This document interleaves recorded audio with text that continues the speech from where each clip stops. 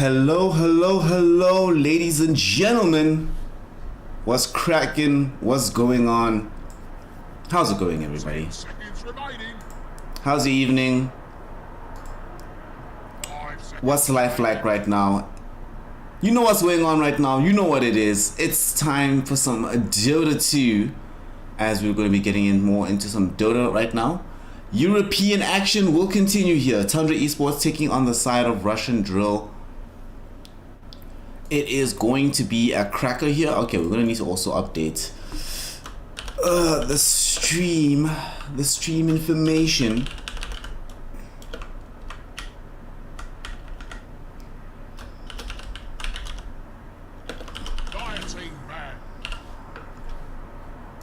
So let's get into it. Let's do it. Let's have some Dota 2 happen, shall we? One of the more exciting things about the game that I'm excited about personally is seeing whether or not this Russian Drill team can actually, you know, let's just say Russian teams haven't been, not always the teams or the character and caliber of player that always is able to live up to their potential. So hoping to see that change here today. 5 seconds remaining. You know, we want to see progression. We want to see growth. That's the kind of thing that we want to see in life, you know. We don't want to just have a situation where the same thing keeps happening day in, day out. Same teams keep winning, you know. There needs to be some variety that takes place. Tundra now. But while I'm saying all of this, let's talk about Dota. Let's get into it. We'll blaze through what this draft is like right now. Lion, Tidehunter, Viper, Ursa, Void Spirit picked up right now by Tundra. Fairly straightforward affair from them in terms of what their draft is supposed to do. Nine going to be running around on this Void Spirit, buying space. And this is a kind of game where this Ursa can go off and have himself a very good game. Will be interesting to see him contest up against this Monkey King, to see whether or not at the end of the day Ursa can get big enough that the entirety of the lineup of Russian Drill won't be a problem. Fourth pick Mars is also snagged up. Oh wait, why the hell is it so quiet? Oh, this, no music. Oh, there we go, much better. Oh my gosh, QTTQ, thank you so much for the subscription. Yo, I highly appreciate it, man. I'm actually like a bit sad right now that I changed things up to have it be the case that we've got these pictures here instead of the live cam. Oh man, thank you so much for the subscription there.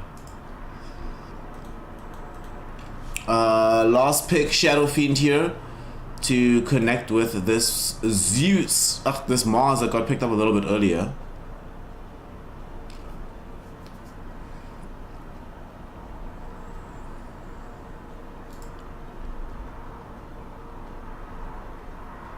Thank you so much. Thank you for the sub.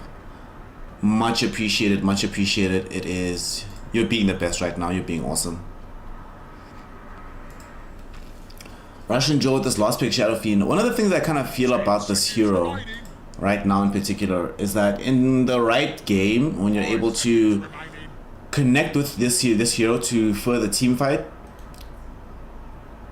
and when you put this hero in a situation where you're not just running around hating life, but you're actually engaged with your team, bounding from objective to objective as you burst down these kills, can't really make a huge difference. But man, this game,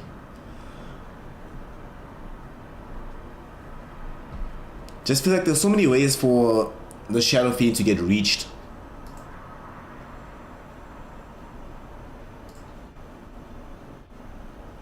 So it really does feel like a complication.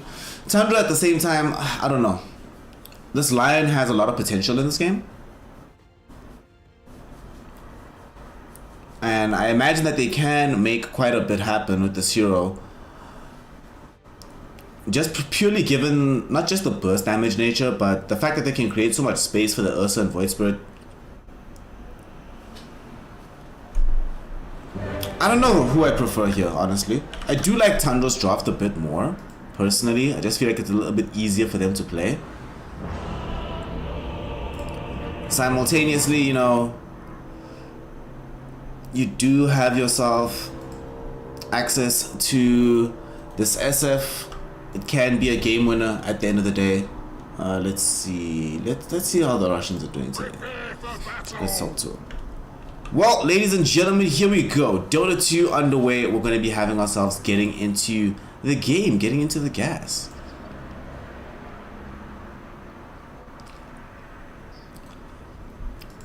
I do think right now that the hero player combinations are some of the best for Tundra. I would have preferred 33 playing the Tide, but whatever. I don't personally like support Tide all that much, but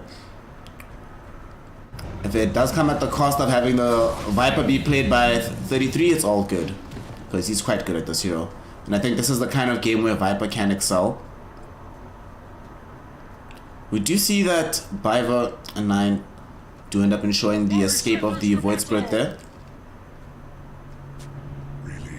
This is the kind of game where they're definitely going on the side of Russian Drill, going to be putting themselves in a position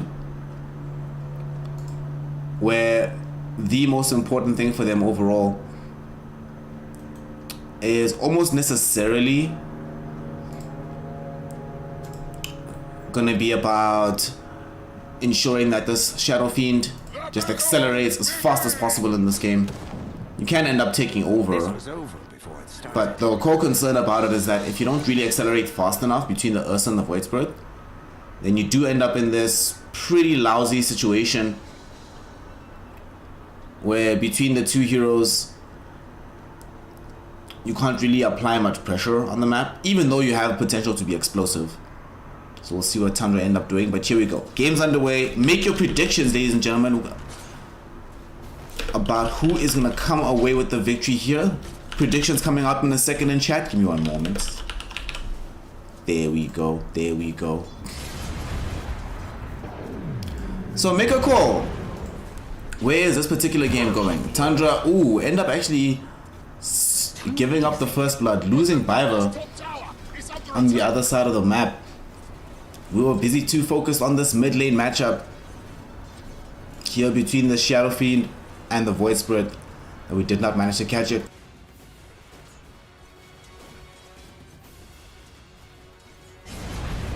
A little bit regrettable that ends up happening. It is what it is. Mid lane though, this matchup is fairly SF favored, I think. Bottom, we see Mars in a lot of trouble. MC314 trying to run away from Skeeter. No Earthshock available for the Ursa. Now the Bear is going to have to turn his attention back to Farah. Velo cannot keep chasing the watermelon until he reaches the tier 1. And there's going to be a further roll underneath the tier 1. They're looking for Fata. They will not be able to find the kill though. If the roll had connected, maybe, but just Boulder Smash by itself, never going to be enough to get a kill onto a hero like this Tide.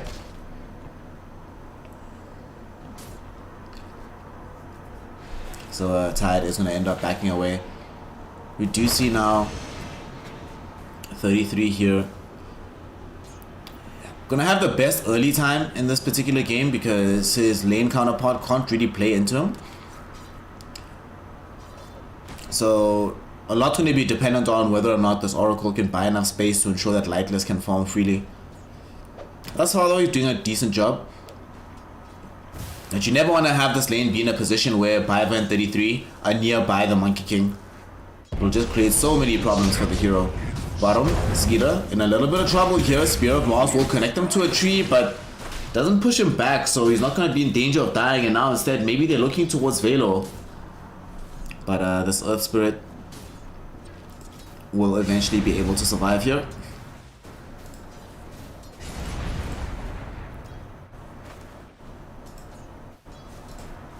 Brame. We get back to the mid lane and the T9 and the Depressed Kid. I think this SF gonna be instrumental to how this game is played out, so it really does matter whether or not he's able to dominate this game. And just historically, it has really seemed the case that you're much more often able to actually win out a game where SF is snowballing than a game where SF still has to play at the same pace as everybody else. Velo. Let's open up some space for 314, but still not perfect farm available for this Mars. Oh, nice. Gonna try to drag this wave away. Fata, I don't think has access to the gush. Oh, he did, but he decides not to use it, so I didn't even gonna try and slow up this Earth Spirit. Mid lane, Aether Remnant does not drop onto Depressed Kid, so they will not be able to find the additional kill out onto this Void Spirit.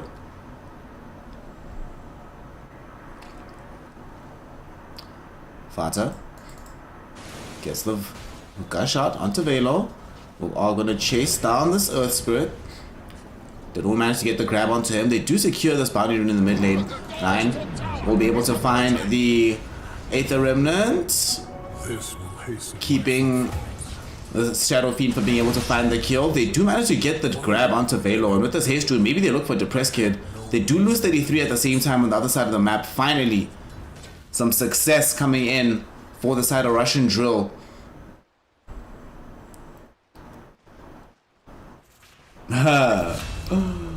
We're trying some things out. So you see a roll now going on to 9. Here in this mid lane, SF has been brought down. They finally managed to make it happen. Great rotation there from Fata. He stuck around from the previous play.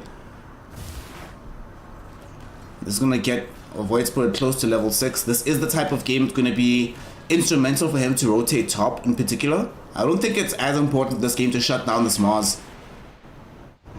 Mars is going to be dealing in particular, well, 3 bounties lost, unfortunately.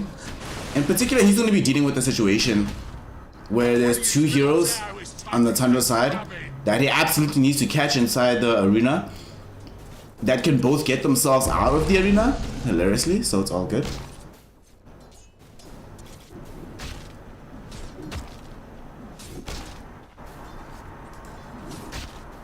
I'm actually not 100% sure on exactly what the history is of Russian Drill. I know they came back from a last chance qualifier. Jigglemeister, you prefer the camera rather than the thumbnail, effectively, of myself? Bottom, MC. In some trouble again. Some more damage coming through from this Ursa. Skeeter will be content overall to just force this Mars away from the bottom side of the map. And we are getting to these levels of this Ursa where it actually is dangerous overall to be in the area for the hero. So MC is going to definitely watch himself. Middle lane, we do see there's going to be a rotation. Vero was here with the DD rune on top of him. Not going to be able to find the further grab out onto 9.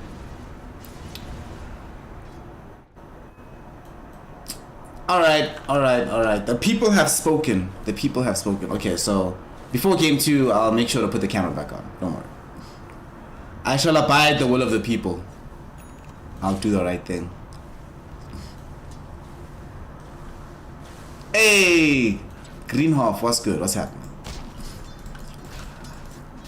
So Skeeter going for this Battle Fury as per normal, to be expected. Battle Fury is not going to be the item pickup for Lightless, thank goodness. He is going to be building Maelstrom. Recognizing on this hero that to do really well, you need to be able to fight really quickly. So Maelstrom Ags does seem like the kind of game where that build will do well. Mid lane, 9. I'm gonna combo up with Biver. Do they have enough to bring down Depressed Kid? Doesn't seem like it. Biver actually might be the one to get brought down himself, and he does end up losing his life. Also, rotation mid by Lightless with Velo to make sure that the Shadow Fiend stays alive, and they get 9 in the process. Will they kill Fata? They won't be able to do so before he TPs out. Alright, so that is the best case scenario right now for Russian Drill. Instead of being in a situation where this Monkey King is getting rotated upon, once we see these levels being broached by Russian Drill, instead he's the one doing the rotating. And is able to find the kill there. Good job right there from the Monkey King.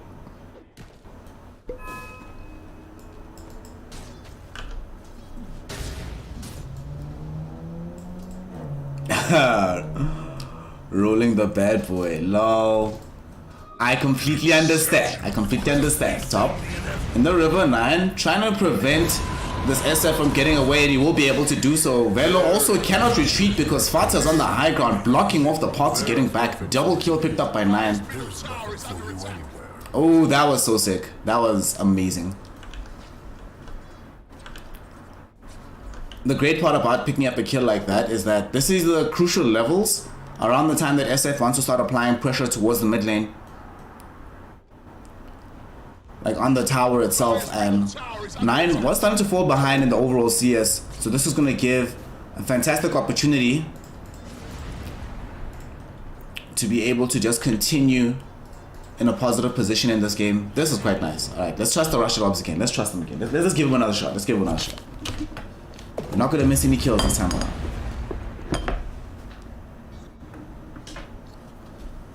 Tundra doing phenomenally well right now. This Viper is getting a crazy amount of farm in the top lane. He has moved off it now, chilling in the jungle, giving space to this Lion Viper. Gonna be able to collect a ton of XP for himself top. Let's make their distribution is a little bit better right now because Rush and Joel have to invest some resources right now at the ready to protecting this mid lane more so than Tundra does. They're going to be an engagement. Fata in a little bit of trouble. Earthspike will come out onto Velo, but they do have enough damage from the SF. Burst them!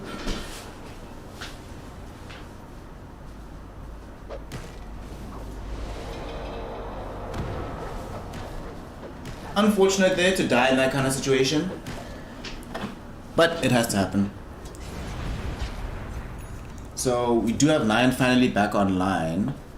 And somewhat recovered. We need to see these cores getting rotated on by the side of Tundra Esports. They have been focusing most of their efforts on shutting down this SF because they also recognize the importance of this hero for the most part.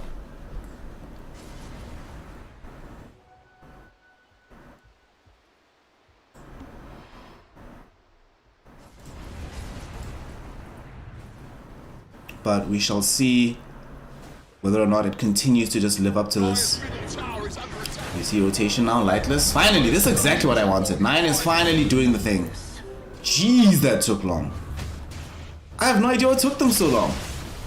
Like, this is exactly what we wanted. And we do see middle though, they will at least try to get some revenge. They pick up 33. And they'll also be able to grab themselves this Lion on the way out. You see, there we go. Now I'm back. Now I'm back. Hello, ladies and gentlemen. What's up? Is this what the people want? The people will get what they want. Tundra.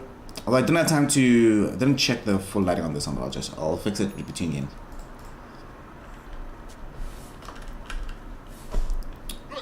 Do you see this Ursa now? Rounding the corner towards picking up the Battle Fury. Erstwhile Monkey King has the Maelstrom. It's time for the hero to keep fighting though. Lightless. Gonna look towards 9. 9 drops the Aether Remnant. A little angle of the game has been taken down. Get themselves Bounder Strike back onto 9, but everybody's just gonna escape and run away.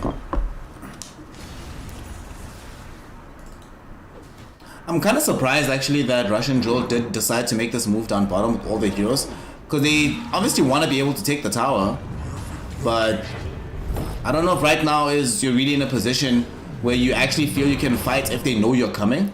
If they catch them on the bounce, I completely understand this move, but the way it's set up, I do not understand why they brought 4 heroes down here for Russian Joel. At the same time, also leaving space in the top part of the map for this Ursa to keep pushing. Radiant's middle tower is taking a drubbing. I mean, check Skeeter.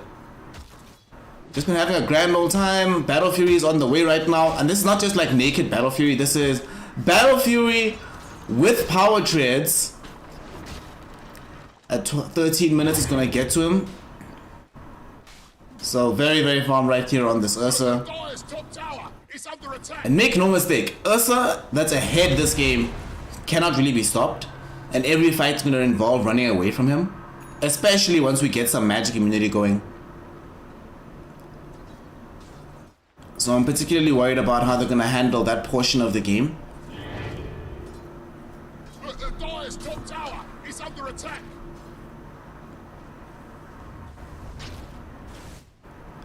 We do see now rotation towards the mid lane by a Russian Joel, excuse me. Depressed Kid was leading the charge on the SF. Does have the Yule Scepter now, so ready to try blow up some of these heroes, but not going to be able to find any easy access points. Bounty. So they'll have to content themselves just getting back and continuing to farm ever more fields, Badman. There's constant and perpetual farming. Lightless now will be able to jump down, keep things going, get closer to BKB. Seems like now Tundra has decided they don't want to spend too much time defending bottom, even though they mounted a successful defense earlier. If it gets taken now, it's like whatever, time to move on. Skeeter's still farming in the top lane. We see the bottom lane going to be a little bit of farm being taken up at the moment by the Viper, but he's the only one that's stuck around.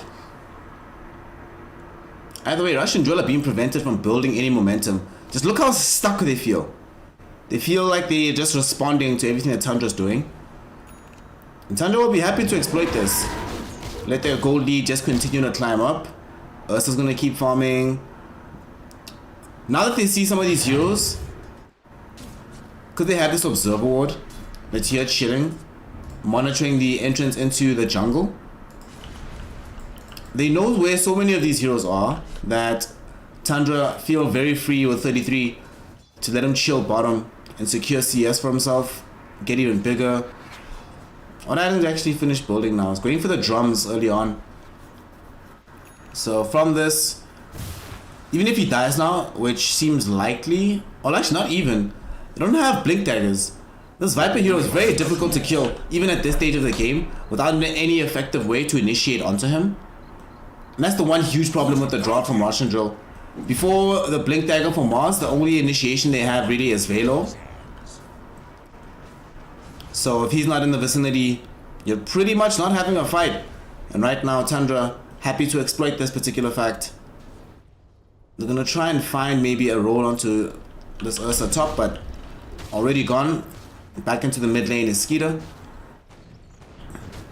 We do see they're gonna jump right now onto Velo using this observer ward. Ravage does get popped. They will be able to also go onto 314. He gets healed up by the false promise. Gonna be in arena, catching out onto two heroes. The spear catching only the Viper though. We do see Shadow Fiend show up. They are able to blow up 9 behind the tier 1 tower, and now Velo rolls in. He has brought back into this one, and it's his efforts that are able to make the huge difference here in this fight. So they end up losing 2 huge cores on the side of Tundra. Biting off a little bit more than they can chew. Also had the Shadow Fiend behind the tower itself, able to put in a little bit more damage. But the main thing was the fear. The fear made the difference. It ensured that 9 couldn't actually back away. And they end up getting that kill. Very nicely done there by the side of Russian Drill. There is going to be a counter engagement though. Tundra want to defend this tower. They're going to get the use of Taro to depress K just to try and save his life. Velo will not be able to roll away, so a dieback on the Earth Spirit. It might not be done just yet. Chasing down onto nobody knows. The Gush will slow him up. Yules from 9 will also connect onto the Mars. They'll be able to chase down 314. And Tundra Esports, they're like, okay, your Earth Spirit can't buy back twice. And with this,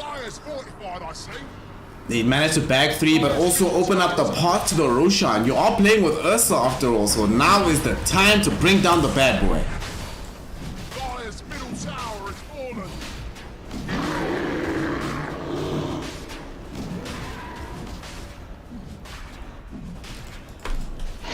Skeeter gets the damage, gets the kill. So with the first ages of the game in tow, Tundra already looking like they are well underway to finding themselves or winning this game. Although Lightless has managed to do quite well. I mean, he's been a bit neutered since he hasn't been able to fight as often as he'd like to.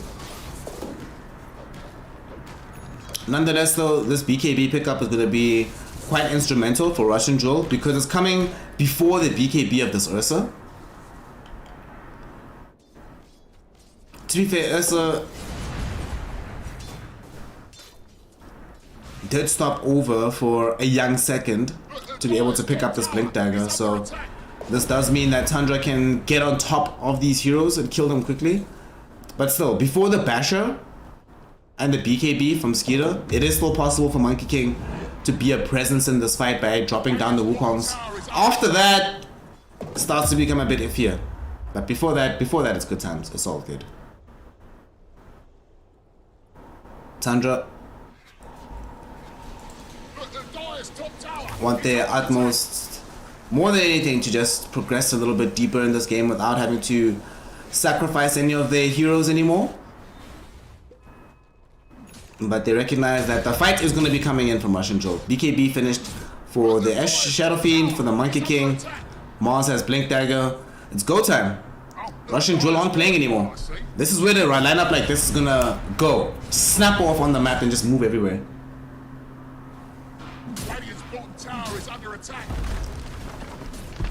Tier 1 tower ends up getting raised down bottom. So no possibility for further incursion from that side.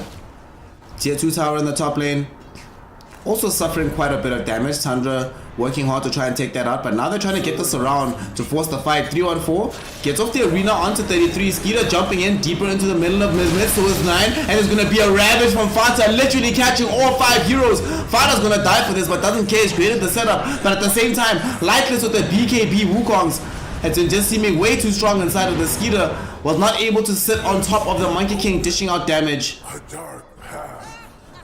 Already forced back. So it's going to end up being yet another fight that 9 loses his life. Very even exchange at the end of the day. But great reveal of the BKB Wukongs there. This Monkey King able to have a huge impact there. Good job from the Oracle too. Because they made the initial jump onto the Lightless, and Skeeter thought for sure, I've got this guy down. We're going to be able to kill him. But unfortunately, the Aether Remnant, just as soon as it lands, a False Promise comes out instead of vice versa. Where False Promise and then Aether Remnant, that could have maybe potentially led to a kill still for them, for the Monkey King. But Tundra, and they do have the BKB now for Skeeter, it seems. But fantastic fight there taken by the side of Russian Drill. 9 dying yet again. Hero's gonna need a BKB very early on, and indeed he is building it. They're gonna try get now. Depressed Kid in the mid lane. They should be able to find him.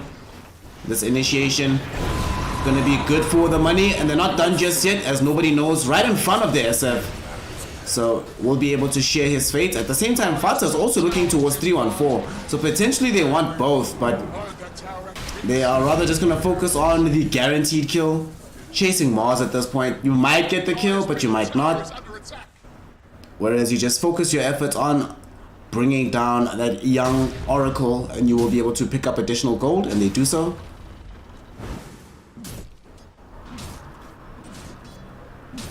And now they can just put pressure onto this tier 2 tower in the mid lane. No concern, no worries.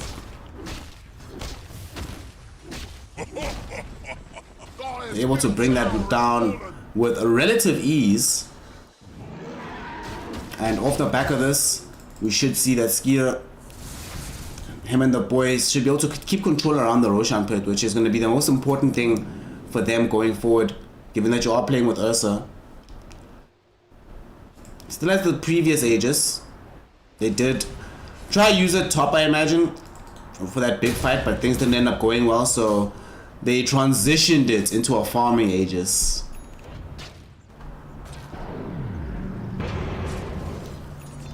Void Spirit. BKB now finished. Perhaps you want to make another grab. Even though you don't have access to the Aegis anymore, I still think you can fight as Tundra. Especially since this Basher is basically done. How is this Skeeter Ursa is so farmed? Invisibility.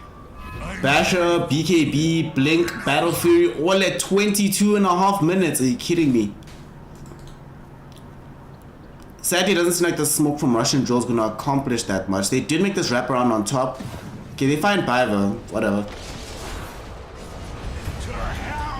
Whatever. He's happy to die in that situation. Look at this huge support pickup though.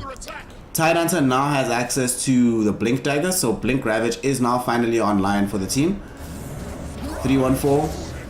Spear of Mars will connect on the fighter. And this is inside the arena as well, so they commit everything for the watermelon. This means they can actually go for the tier 1. Not afraid of the counter initiation of the Blink Ravage. Yules thrown out. Velo will get the following roll up onto 9. 9 is in a lot of trouble. BKB does eventually come out of him. And they get the turnaround onto Velo and kill him. Depressed Kid, False Promise will keep him alive as Skeeter has now shown up to dish out the damage. They haven't been able to bring down any of these big cores just yet. Thus far, it's only support for support. But now Skeeter jumping forward for Lightless, connecting onto him before he can escape. Ain't the Remnant also going to be there onto this Oracle? Nobody knows is dead. Your cause meets my effect. And 9 able to pick up that kill. Very nicely done by them.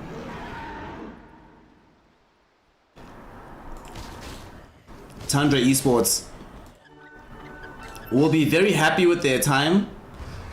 Well spent, gotten the right kills, and they will be able to transition this into a tier 1 tower bottom. After this, it does feel like there's maybe one fight left for Russian Joe. Before the game feels more or less, not unwinnable, but like where the incline of difficulty is almost vertical at that point. Especially because this Mars hasn't been able to do anything this game. He's trying to go for this Yule Scepter here, but every time he jumps in and there are several other heroes, he just has to run away. All he can do is Arena Spear. And if Lightless can no longer frontline because of this Ursa Basher, really does complicate life. We saw in the previous fight both himself as well as the Shadow Fiend inside Wukongs, and they were running away, they were fleeing because there was too much damage for them to sit and fight in those situations, especially as Monkey King. You hate like being in the middle of your own Wukongs, but you can't actually survive the fight. But that's where we are. This Ursa is a bit too big right now. And Farah gonna be inside the Wukongs himself now. Does open up with the Ravage onto 3 heroes. Skeeter is gonna be here looking for Lightless. Will they be able to kill him? False Promise will keep him alive. Nobody knows. Will find himself getting fingered down. At the same time, they also brought down Velo. 3-1-4. Can he stop the team getting torn apart? No, he cannot. Lightless did pop the BKB, but it's not gonna be able to keep the Monkey King alive. He's getting slowed up right now by 33. 9 will finish the job. Depressed Kid will be able to TP home. The double support buyback not gonna be of any good to the side of Russian Joe. Fata looked like he was just gonna die outright, but what a turnaround with that Ravage. Gets the spell out. The damage flies everywhere coming in from the Ursa and the Void Spirit. And we see now that the presence of the Shadow Fiend really not being felt, eh? He didn't really get a chance to be the big boss in this game. Or rather, I think one of the issues is that all he can really do is sit on the outskirts of the fight. He doesn't want to be the one that jumps in, but the hero that he has, there's no other hero in the game that can be in front of him, unfortunately. And he's going to end up losing his life bottom. Feels bad, man. Feels bad. Feels complicated. Feels sad. Feels upsetting. Feels awful. That's all we can say about what just happened right now with the SF. Game is hard indeed.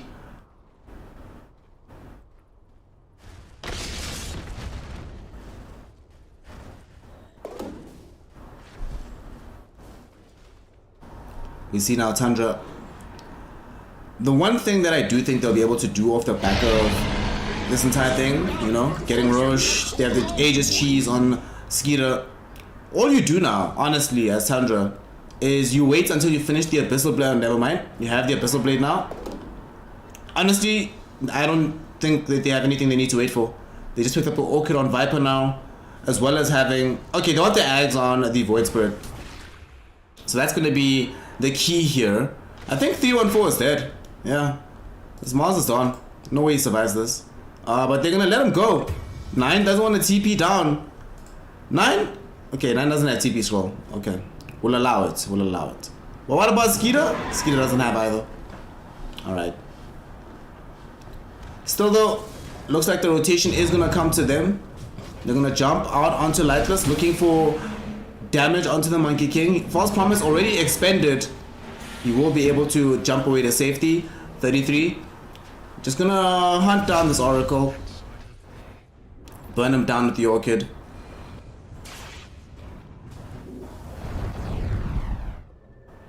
Velo just like also clearing out these waves as much as possible. Mid! Another jump onto Depressed here. The Shadow Fiend dies once more. Oh my god. I think that's GG, honestly.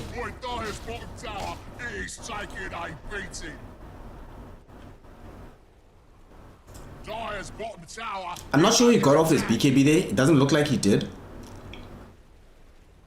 That's always the weird catch-22 of this stage in the game. You're like, if I get off my BKB, then maybe I survive. We've seen the River, Fata. We'll be able to get off the Ravage, actually. Earthspike going out with the Hex to follow up onto Lightless. He does pop the BKB. Hex actually going out into 314 instead as Skeeter throws out the Abyssal Blade onto Lightless.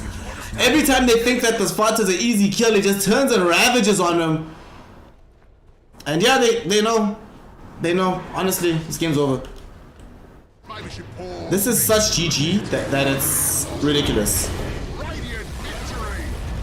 Oh my gosh.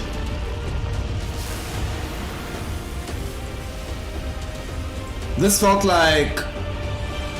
Not this felt like for Tundra.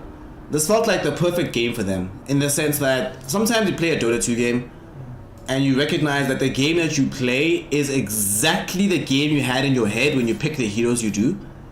And if I look at the heroes Tundra have, and I ask myself, what's the perfect game for these heroes to play?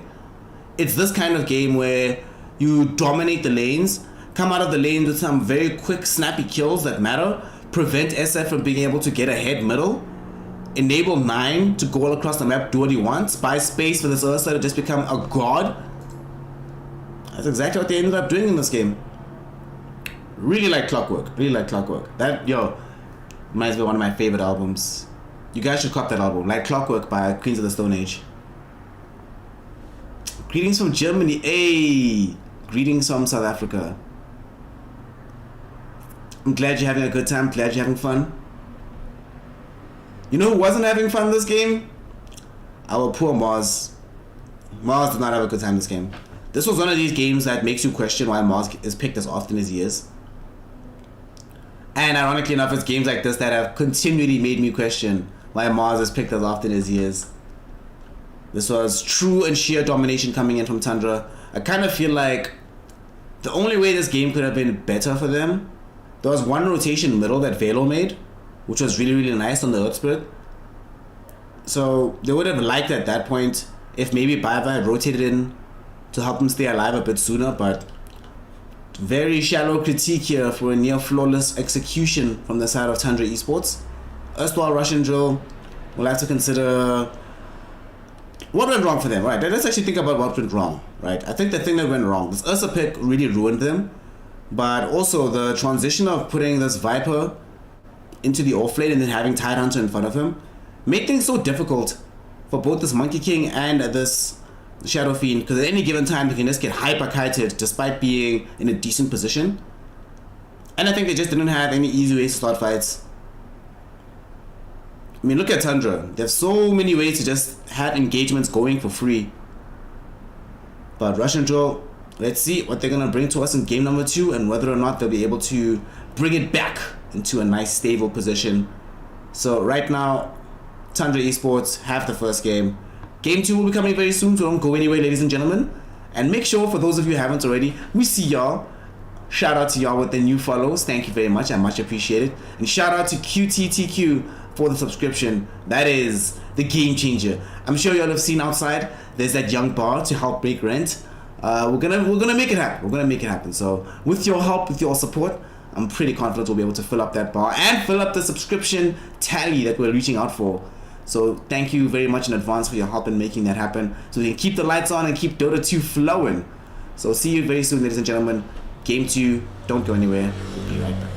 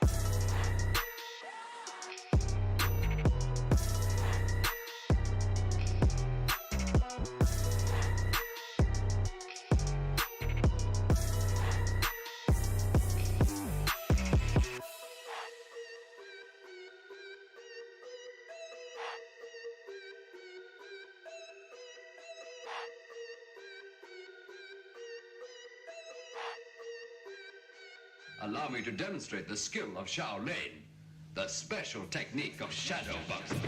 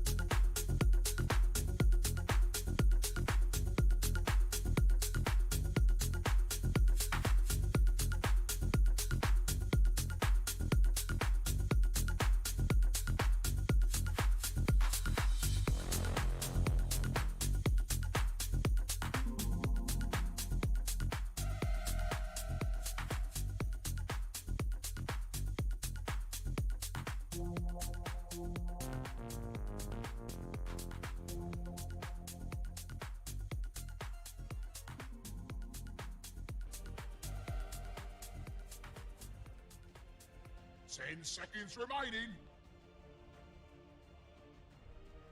5 seconds remaining. Hello, and welcome back, ladies and gentlemen. We are out here. More Dota 2 is about to happen. Tundra Esports taking on the side of Russian Drill is gonna continue. And of course, you have the face cam back. Are y'all happy? Y'all happy? The people demanded, and the people got it. Out here, this is a leftist stream, so we believe in the dictatorship of the proletariat.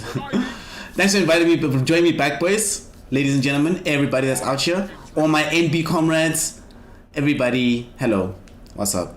I actually have to definitely change that introduction. It doesn't feel, ironically enough, like it sort of excludes me, so I need to figure out how to rejig it. Either way, welcome back to the stream, and we're going to be getting into the game quite soon. Before we go anywhere, look how close we are. Y'all saw, we are at this point 4 followers away from 2,000. Will you be the 2,000th one? I hope so. And of course, we're 49 away from the goal of 50 subscribers for the month, but we'll get there. We'll get there. You know, let's get to 2,000 followers, and then we'll make sure that everything else is paid off. So, let's take a look at the draft. See what we're gonna have waiting for us here. I hope everybody has gotten their water, got their J's rolled, and is ready to get into some action. Tundra, keeping things simple. They will just maintain the Lion Tidehunter combination. 2 heroes are incredible in tandem. We already saw in the previous game. I should have given, like, Fada actually played quite well on this tide on the 5 position. It wouldn't be the first time over the years he's changed my mind about a particular hero in a position. I remember there was a point where he moved off lane and by himself pioneered the Ember Spirit off lane. I feel like Fata's actually really underrated over the years. Like, this guy's actually done quite a lot. Russian Drill switching up their strategy somewhat, going for Rubik Pangolier now. So, better team fight without having to rely on the hero in question doing extremely well. Or more chaotic team fight rather.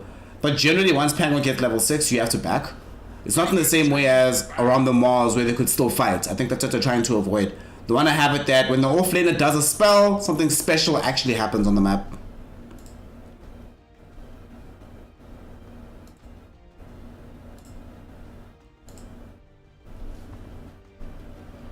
Russian Drill will make the decision now to go banning away that Grimstroke. I don't know why, that's very peculiar. There's almost no chance they're going to play Grimstroke right now on the side of Tundra, right? There's almost certainly going to be Lion for Biver and Tidehunter for Fata again. I don't understand this Grimstroke ban. And I've only seen 9 play Grimstroke in pubs. I've literally never seen him play this in a pro game. Really not sure about this decision. Tundra will be very happy with that. Of course, that does mean there's a free ban available. They take out Morphling, take out Razor. And now they watch Ursa get banned away from Skeeter, and they can consider what they're gonna go for themselves. Russian Drill have the ban into pick. So what do you take right now? You already know what the support duo is, so you can play heroes that can just get on top of them. Already I'm thinking Slock might be having a good game, but unfortunately the hero sucks. Or at the very least is so volatile that it's not worth picking generally, unless you're absolutely certain you can get away with it last pick. So maybe get yourself like a Phoenix or something. I'm not sure the additional heal is necessary. They get Disruptor. This is fine, because I don't think they need more heal like from Phoenix. They need teamfight. In the previous game that made that abundantly clear. The Tundra, every time it came to fighting, were dismantling them. So we absolutely need for Russian Drill to shore up in that department. The Disruptor does help, and it's a very good combination with the Pangolier. Glimpse and or Kinetic Field almost always guarantees Pango is able to position himself to do some real damage. Also, if you can find a nice combination or a nice place to put the Static Storm, Kinetic Field, and have the Boulder rolling in between there, you can do quite a lot. This draft already means that all Roshan attempts are going to be very complicated for Tundra. But Tundra somehow get Puck. Oh my god, they banned Grimstroke instead of Puck. I actually didn't even notice. I'm always used to this hero being banned. But it does escape into the draft here in the second phase. So Chandra, this is one of their most versatile heroes because Fata plays this, 9 plays this, 33 plays this. Most like, in my opinion, mid pack right now is just, it's a top 3 mid hero at the moment. And the only reason it's not number 1 is because DP is in the game.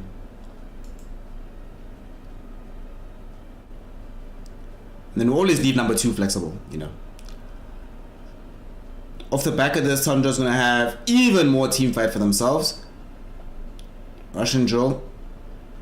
What is gonna be the solution to this?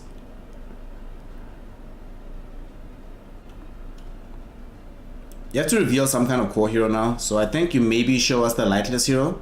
And then we'll wait for the final mid pickup.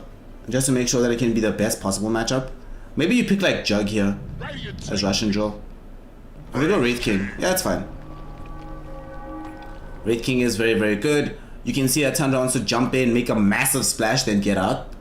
So if you have a hero like Wraith King, it does mean that you can pretty much always survive the engagement. But the most important thing about this hero as well is that you can play with the rest of your team.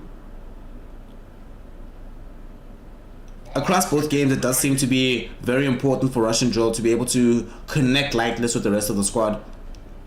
Lanes are also quite solid with the Rubik and or Disruptor in this game.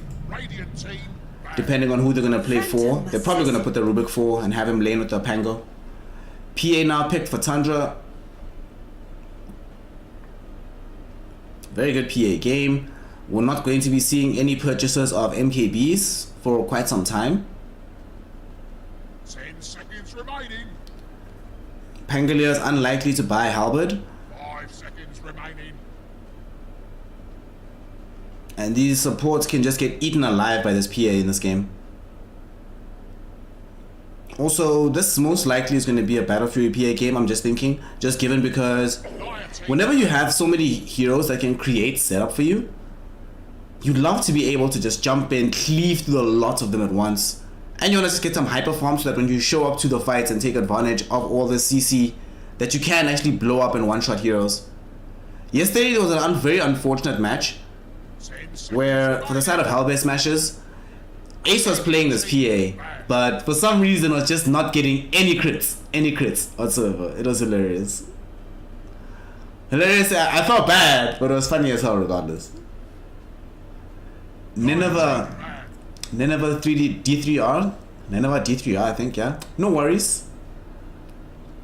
Thanks for hanging out with us. Thanks for saying hi. The delay is, I'm not inside the lobby directly with the Russians. So there's a little bit of delay between them streaming, Dota TV, and us.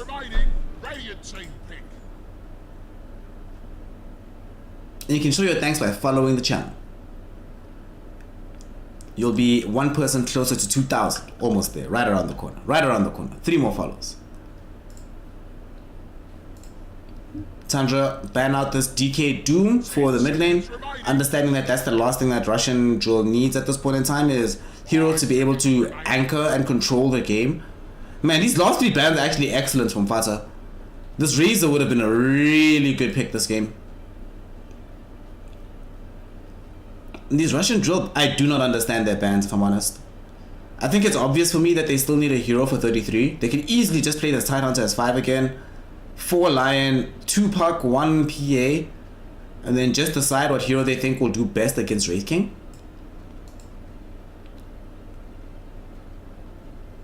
So, let me just put it this way. I'll be quite surprised if I see supports being picked up right now. I think we already have the Fata hero.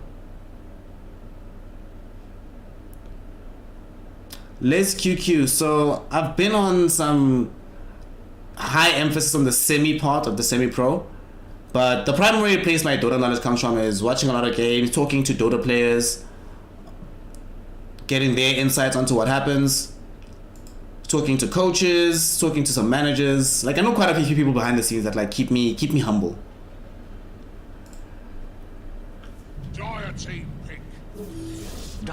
Yeah, Doxia, fantastic Doxia game, my god. 33 Doxia in this game. Not only is it even more team fight, to buttress what they already have, which is phenomenal. The lane itself is actually fairly decent against the Wraith King, because the hero can't actually approach you to trade with you all that often, and even if he does, he can't stop you from farming. 5 seconds remaining. Also phenomenal because the Darksteel Wall of Replica in this game is going to do so much work. God damn it! I should have said Kunkka. I was actually thinking earlier on that I could imagine them picking up the Depressed Kid Kunkka in the mid lane for 3 reasons in particular.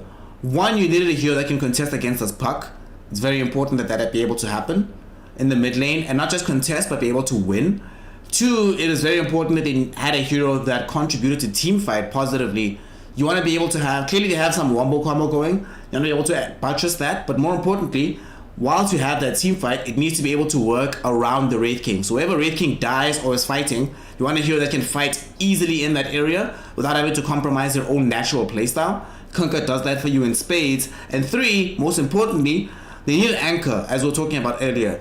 A hero that can sort of be in the middle of the fray, tank up, buy the halberd, right? Needed a hero to buy halberd versus PA.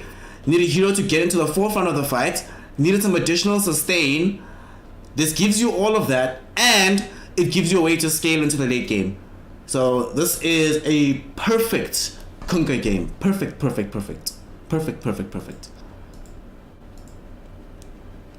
I very much like seeing this from Russian Joel.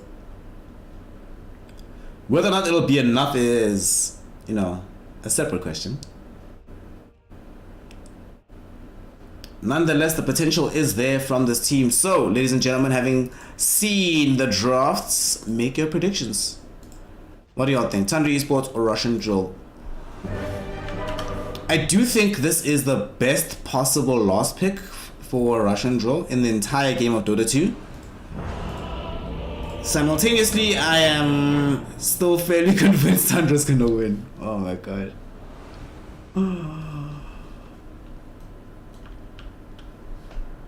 Alrighty, so unfortunately I do not have access to all these tier 1 players. Hey, if I had access to the tier 1 players, yo, I'd be asking them questions out the wazoo.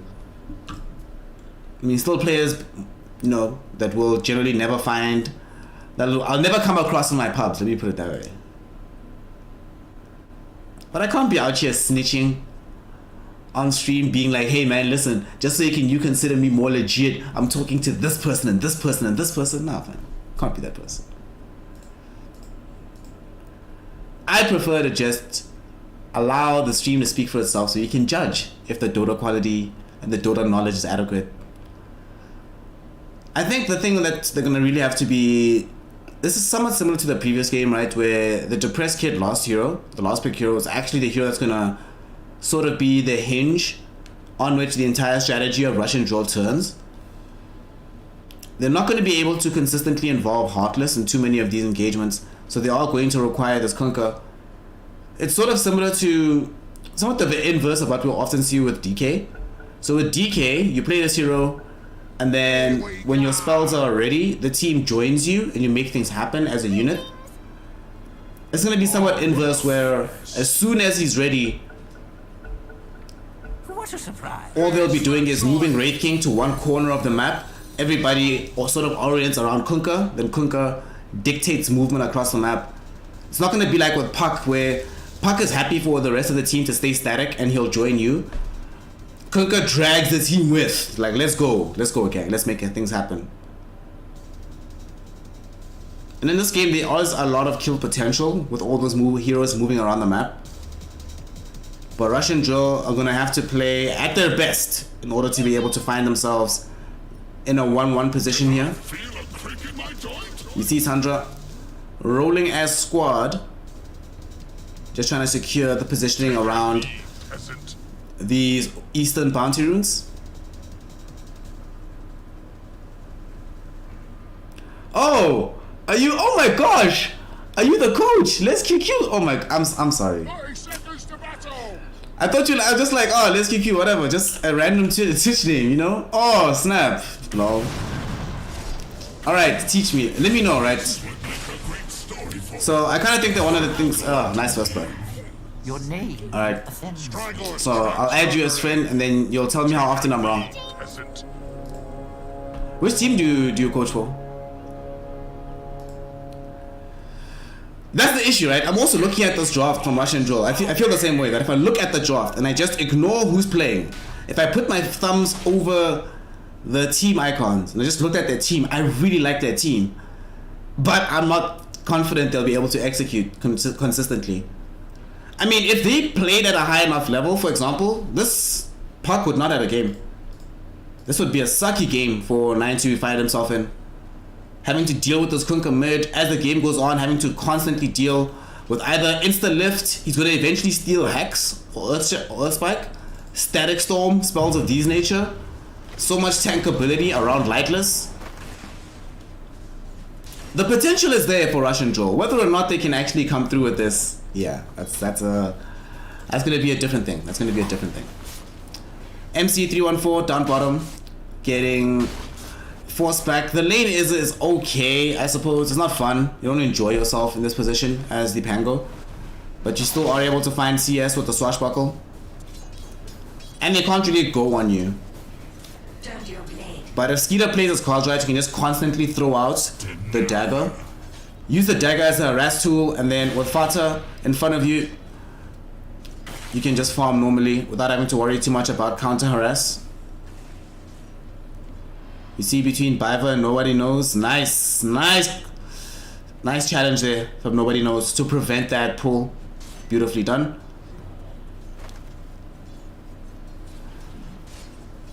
Still though, we are going to have some problems in the top lane for Lightless. 33 is going to have the time of his life. Take a knee, peasant. Once you get like level 4 on this Darkseer, I kind of feel like Lion can leave you alone for a few waves and go stack for you, and you farm those later. Or you just leave those for PA to get later. Because right now you don't really want to have Fata out of pocket in this lane. You need him present to make sure that they don't get any smart ideas about jumping him. So I think the Lion is going to be on more stack duty for a while.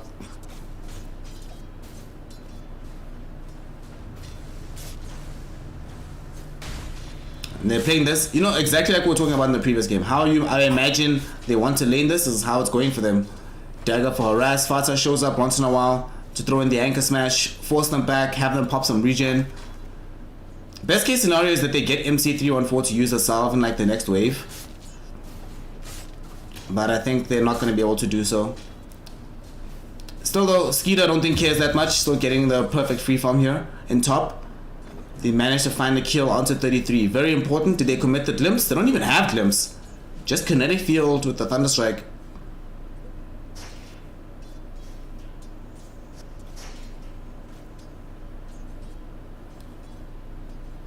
Hey, I appreciate that, Liz. Thanks, man.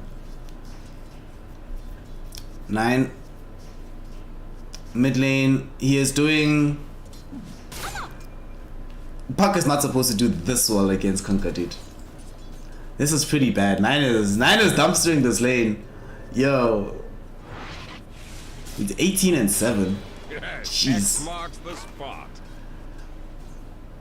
But 9 Puck is like Puck, Void Spirit. I'll be honest and say when I see 9 play, those are the only 2 heroes that like terrify me. Where I'm like, yo, 9 is gonna tear it up. Everything else is like he can be cool. I'm grateful. But those 2 heroes, yeah.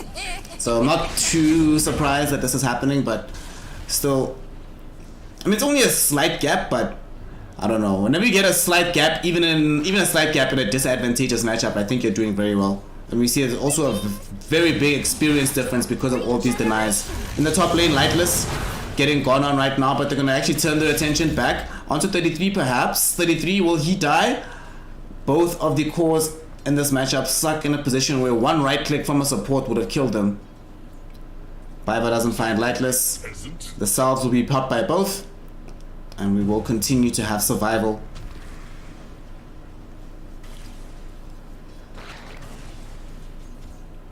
It's acceptable for 33, as well as for Lightless, to be in this kind of position. What's not acceptable, I think, for the side of Russian Joel is this bottom lane. God, if the Prince Kid dies, yo. But he's gonna have to go back to base. He can't be here right now. They got the kill top onto nobody knows. But Depressed Kid had to go home. Has to X back into the situation. They do manage to contest around these bounties. Velo in some trouble here. But thank my goodness, he's so lucky that the Swashbuckle actually came through and got the disarm thanks to the Heartless. But at the same time, 314 will not be as lucky. And the lucky shot doesn't make you as lucky, fam. Sorry. Ends up losing his life. Oh boy. Oh boy. Velo is not going to be happy with that. That's when players start arguing. When your offlaner dies like that, and you as a support use your defensive spell beforehand to save yourself, tempers get a bit high. And the fact that the lane is already going so poorly. If the lane was going a lot better, then it might have been a different scenario, but because it's going so poorly, it's yeah. Wait, do you guys play with, when you play at WSG, who do you guys play carry? Wasn't it Ace that you guys played carry the last time?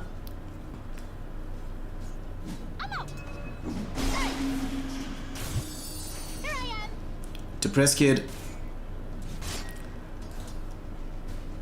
still trying to just do his best to get back on track middle. They're gonna glimpse back onto 33. They want to try and find this kill. They do get the Wraithfire Blast, the drag back with the usage of the vacuum from 33. It's gonna be enough to secure his escape as he surges away to safety as well. Bible also shows up at the very end just to make sure. Alright, you see, like, I guarantee you right there, 314 is like, exactly, that's what you're supposed to do. Wait till they jump me, then you use the Q, fam. Don't telekinesis for yourself. What are you doing? Radiant's top tower is under attack. Man, this lane is going so well for this PA. They might be able to actually find a potential kill onto Velo. Yeah, this Rubik is dead. Gush in 2 seconds. Anchor in 1. And they won't even need the anchor actually. Oh, very nice usage of the salve, you know. And I'm saying that very sarcastically because I'm thinking to myself, in what universe do you survive that? Like, there's 100% chance you die there. Why waste the salve? Oh boy, Skeeter now looking like he's on track to get a very early Battle Fury again. Has the Orbital Corrosion, so approaching this lane for this Rubik is going to be difficult, especially now that they have the coup de grace on that hero. Lightless has made the decision to go in for... Is he going to go Omelette Phase Boots, I imagine, right?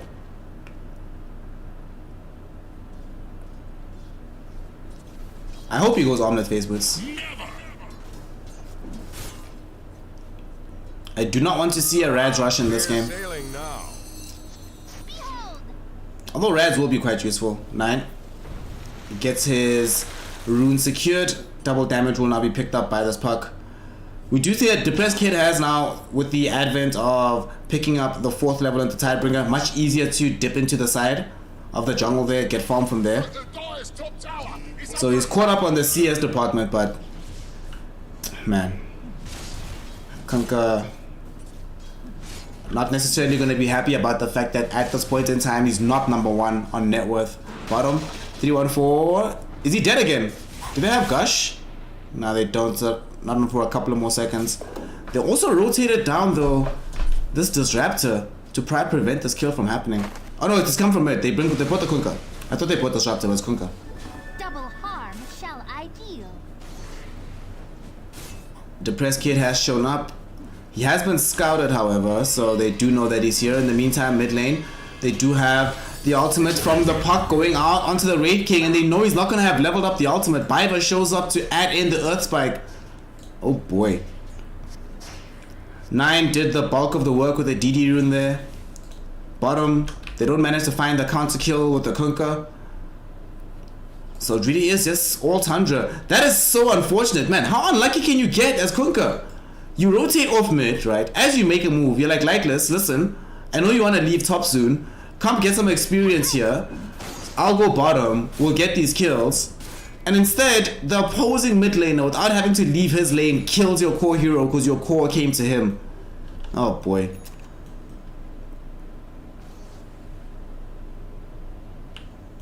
Nine going for This early Witchblade standard puck stuff right now. The only thing that's not standard is that it didn't go for the double null tally, just stuck to the one. That should help. It does manage to snag away the Invis rune as well. Taking a drubbing. Oof. Oof, oof, oof. For the treasury. Invisibility. Hey, German people, hello. Greetings to y'all as well. And no problem, Mark, no problem. It is my pleasure. Surprise. Here I am. Also, just to let y'all know, ladies and gentlemen, and my NB comrades, is that we are currently sitting at 1,999 followers for the stream. One person. The next person is going to be numero 2,000. It's going to be Souls. The Dyer's top tower is under attack. Depressed Kid right now, moving smoked up with Velo. They can't get anybody though, because nobody's really in position to find themselves getting brought down. Oh, 3 different follows. So I don't know which you all clicked first. Who's number 2,000? We don't know. We'll find out later. Biver. Now that he's somewhat, him and Fata are just sitting top, collecting as much experience as they want. When you're in this position, you're so happy as a support, because you're like, well, this is a dead lane for our team. We still have our core down bottom, pushing out the wave. 33s back in the jungle now. This is so awesome, so efficient for us on the map. And we already saw in the previous game what can end up happening when Tundra do get ahead of gold. In particular, on these exact 2 supports. We see Biver only 900 gold away from picking up his Blink Dagger.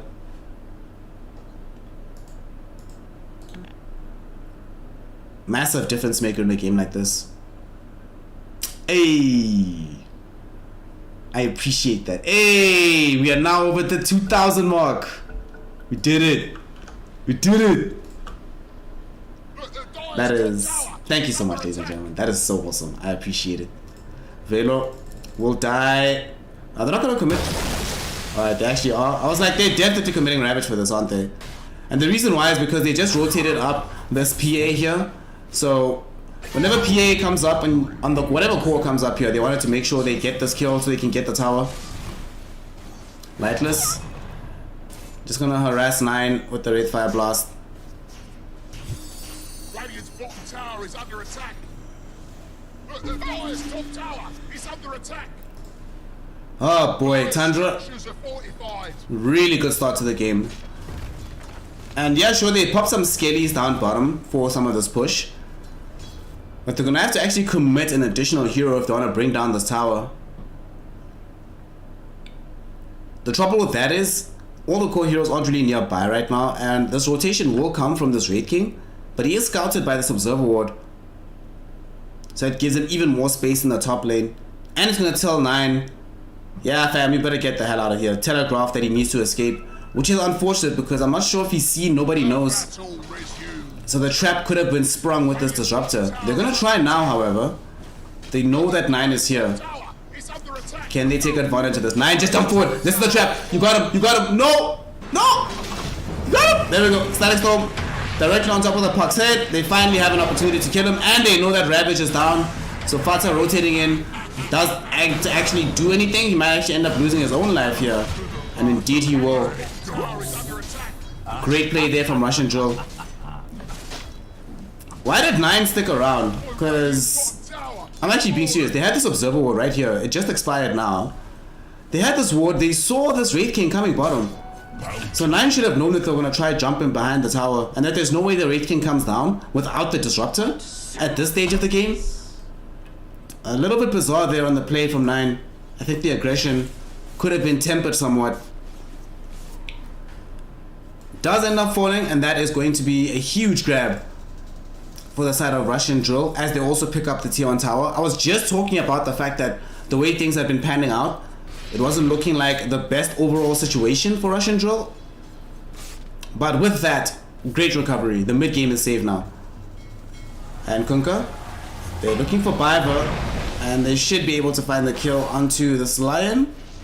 They should. Are they not going to? What level is the X? It's level 4X. I feel like Depressed Kid, just go for it, yeah. And it goes a bit too far forward though. They commit the wall from 33 to make sure he can't keep chasing onto Biber. I'm fine with that. If I'm on Russian drill, any day of the week, trade me Kunkka boat for the vacuum wall. I'll take it, it's fine. Off with you.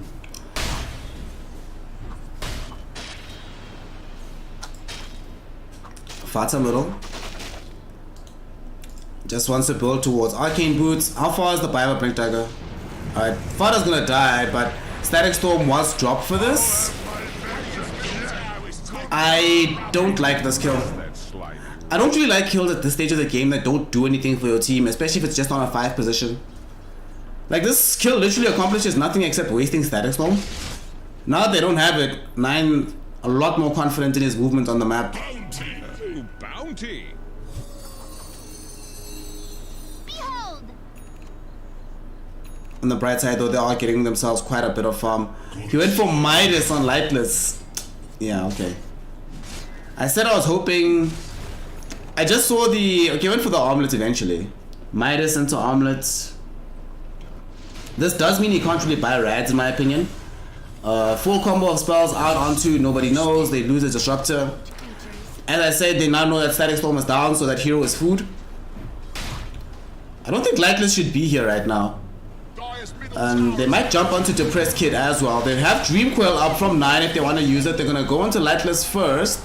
Doing damage. They will not be able to claim the first life just yet. Dream Coil stolen away by Velo. Throws it back out onto 9. 9 falling very low. Ravage will finally come out. It's not going to be enough to save 9. Nope. Not enough. Not enough. They tried to hold it. Great play there from Velo. Stolen Dream Coil being turned around onto the puck enables them to be able to find the grab to get the kill. Yet again, things turning out perfectly for the side of Russian Drill. I really thought that fight was going to go very poorly for them. But I'm kind of surprised. Tundra seemed very uncertain about whether or not they wanted to actually take that fight. Now we see the wall drop in front of the tier 1 tower out in mid. This should dissuade Russian Drill from pushing, at least for the time being. And they'll be like, cool, we have better things to do, let's let this go. Yeah, but like this, I was gonna say that I don't think you can buy Radiance now anymore.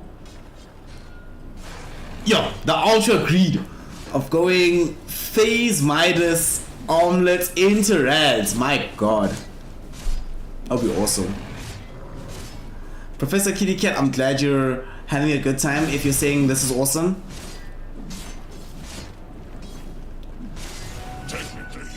And Shiva's legit. Love Shiva.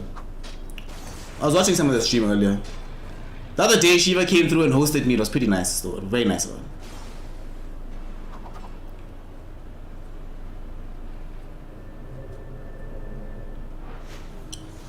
Unfortunately, I think they'll already have the full stack of slated casters for the major.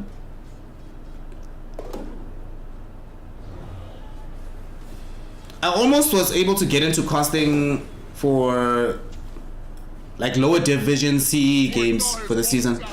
Regrettably, I missed out by like just a hair. I think they ended up choosing Ares in them over me.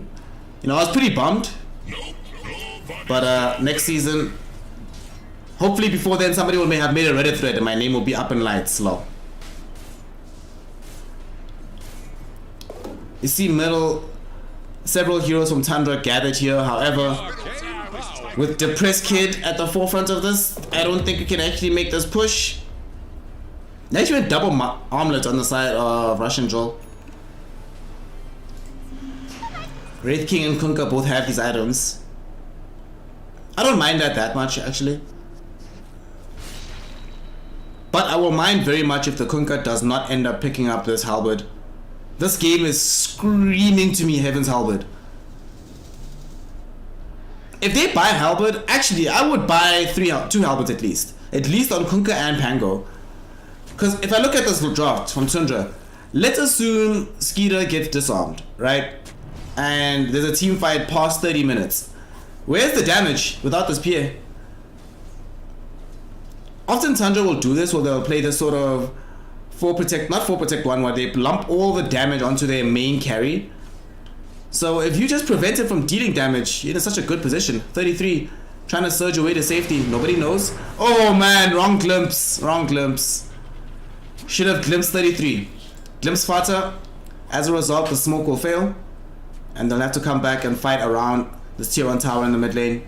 I must say, Russian Joe have been... Oh, never mind. MC314. It's going to end up just getting bursted here by the Puck Lion. But I must say, they've actually been very, very disciplined and very, very good about keeping pressure onto this tier 1 without losing their own tower as well. And keeping up the farm of their Raid King. I'm glad he's going for the SNY.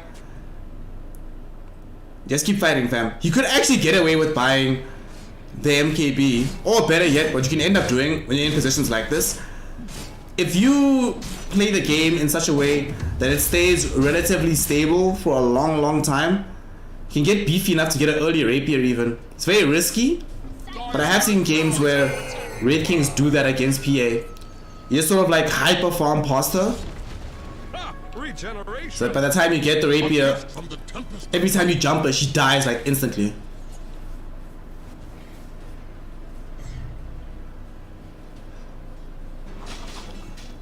Oh, Henkin Ellis, I appreciate that. I'm glad you're having yourself a good time. Make sure you follow to the channel because we stream. I've been casting pretty much all the epic lane games. I plan to do effectively the whole group stage. So tomorrow there's going to be 3 whole best of 3. It's going to be fun. So make sure you follow the channel. Make sure notifications are turned on as well so that you know exactly when the stream goes live. PA BKB now in tow. She can start building towards this Deso. Skeeter has this habit where he often does this. Where he'll pick up BKB first before going back for Deso. Even in games that are going well enough not to necessitate that. And I think this is a habit he picked up because there was a point in time where, this was back when he was playing with PPD, where Skeeter would never buy BKB and it would always lose them games. But we'll talk about it in a moment. As mid lane Lightless now going to be fighting with Nobody Knows. They get the glimpse back out onto this Dark here, but it's only back to the tier 2. Dream Coil now on a 2. Depressed Kid pops the BKB, Bloat flying through it with the Rolling Thunder as well. Gonna crash on the 2. They brought down Biber. They also managed to find the stun onto Fata. He dies too. No Ravage to come in from him. Skeeter, BKB pop. They're trying to bring down this Kunkka. Will they be able to run down Depressed Kid? He's trying to armor toggle for his life. Not gonna be able to keep it up.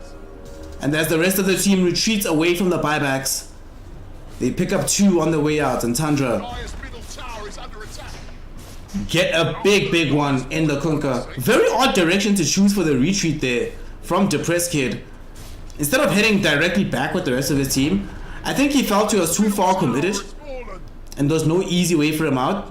But because of that decision, now suddenly he's dead. The tier 1 has fallen and Roshan lies open. What a mistake. What a mistake. After playing so well in the fight beforehand, massive lapse in judgment there. But they're not going to give this one up for free right now. Russian Joe will come around the Roshan pit. They find a lot of damage out onto 9. 9 won't end up falling just yet, but will be forced away from the pit despite the fact that there's a wall drop down. So Russian Joe will have to accept, at the very least, that the Roshan stays where it is. They don't get any kills off of it, but it's good enough for now. They might decide to smoke and go for a more aggressive play though. They have the glimpse, 33 in their sights. He's dead for sure. Rolling Boulder. Rolling Thunder, excuse me. Getting triggered out right now by our MC314. 33 inside the kinetic field, but the rest of his allies are coming. So this might be a fight they can't even take. Let's see if they can catch this check. They get the glimpse back. Oof, not going to be enough. They've already lost, Nobody Knows, but they do get 33 in the process. Lightless will prop his first life. Skeeter jumping onto Velo will end up annihilating him, but the Depressed Kid is also gonna be now in a little bit of trouble. No, actually TP'd out to safety. Skeeter left though to try and keep this fight going. Depressed Kid, BKB gone. So you're gonna have to try find some way to escape this fight in one piece. Lightless ends up losing the first life. There is going to be a torrent drop down behind, but no way for Lightless to escape. Armor toggles will not help you, my friend. And that's 3 heroes to fall. As Sandra, good call on Skeeter to pop his BKB. Nobody Knows tries to glimpse him back, but he pops the BKB, stays in the fight, enables them to have the perpetual numbers advantage. So then they can run down Lightless across both lives. Now they're inside the pit. Radiant's middle tower is under attack. Oh, y'all think this is bad? Yesterday, Ace was playing for Helper Smashes on this PA. And I'm fairly certain that on camera, at least on stream, we only saw him get a crit on another hero once. The entire game, one crit. So I think Volvo has released an anti-PA patch, you know, secretly into the system without anybody else noticing. He's been far luckier thus far, Skeeter, than what I've seen over the last 2 days.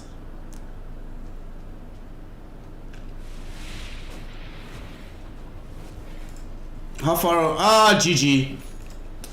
I feel like Depressed Kid doesn't want to win the game of Dota 2. How on earth do you pick Kunkka in this game and not buy Halberd? Dude, is there a Halberd at least on the Pango? No? Really? Really? Seriously? You sure? Okay, cool. As long as y'all are sure that this is the right build for this game, The Dire's top tower is under attack. Dire's fortified, I see. Top lane being pressured right now by Tundra as Russian Draw also try to find some way to get their own pressure going on the map. Skeeter does now have the Deso, BKB with the Battle Fury. Still will have the Aegis for a few more minutes, so Russian Jaw's priority will be avoiding fights wherever possible. Especially since in the absence of Heaven's Halberd, they can't actually win fights, but you know. They're now inside the Radiant jungle. Backing out will be the wise thing to do in this position.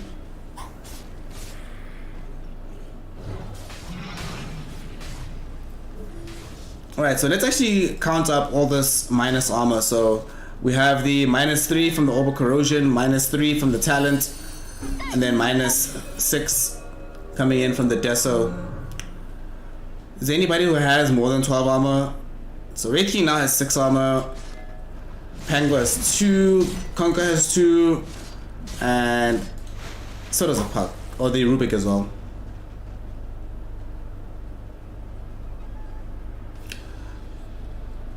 Tundra. BKB being built up by Skeeter. 9 also wants a BKB. They both almost have him around the same time. And I think there's Greaves gonna be arriving soon on this Darkseer, if not right now. This is as much go time as I've ever heard of in the next couple of minutes, yeah. Imagine, you've got Greaves, 2 BKBs on your new cores, and you still have the Aegis. No way this is not go time. Fata is yelling at his team right now like, get your asses bottom, we are pushing, boys.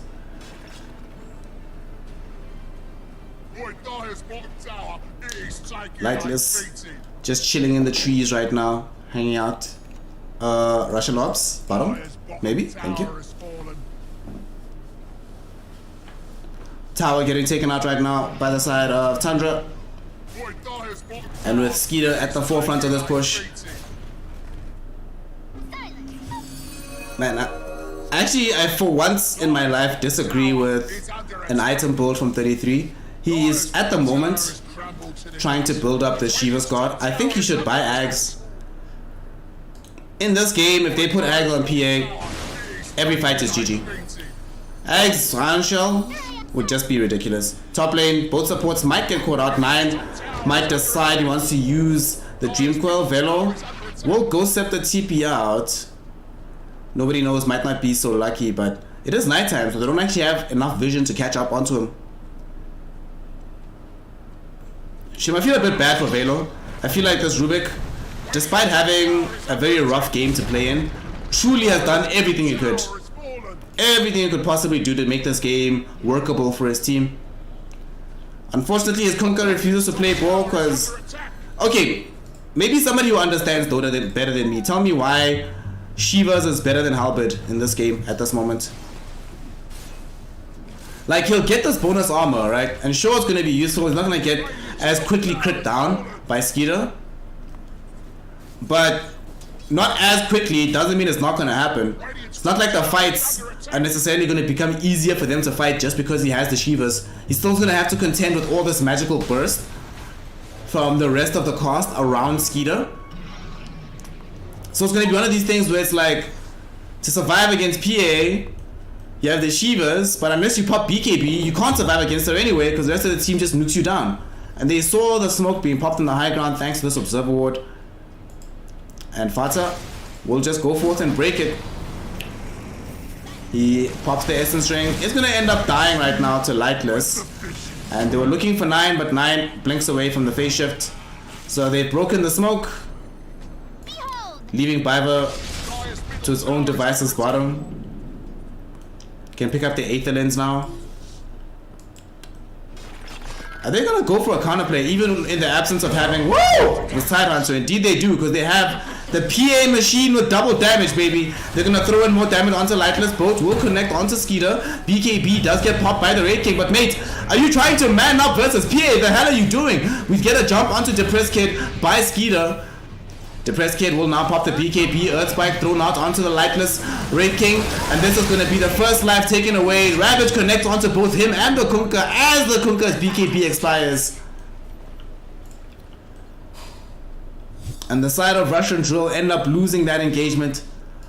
Okay, Skeeter does have the Basher now. Did he have it before that fight started?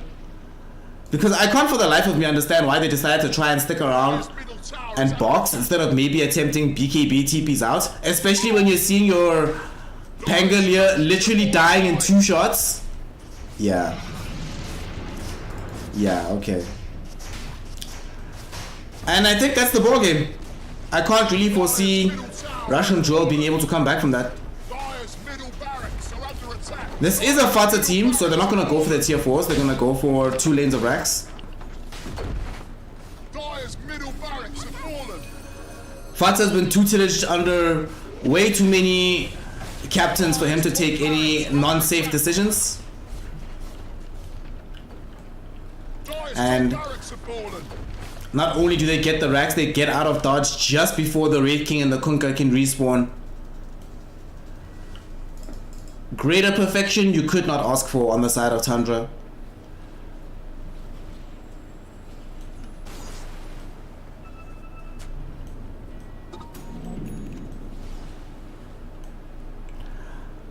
So with 1 lane of racks left, Russian Drill don't have that many bites at the cherry remaining. I think 1 more fight is all they have. Needs to try to take it now while Ravage is down. And they also don't have this Aegis available.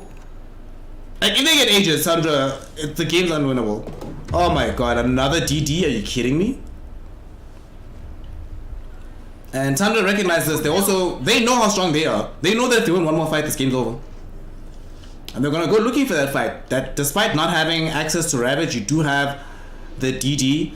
Agnum Scepter is finally purchased up by this. Hey, he took my advice. Good job. Good job, Docs here. Gave up on buying Shivas. He's like, this is a stupid item this game. Let me just buy Ags, mate.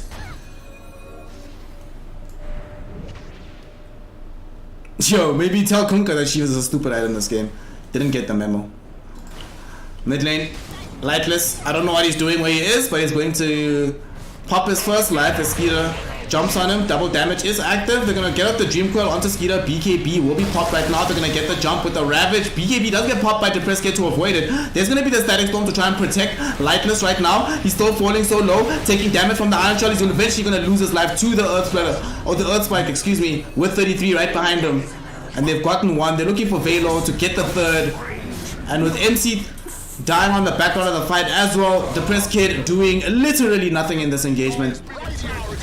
That's gonna be the GG. Oh boy, Tundra.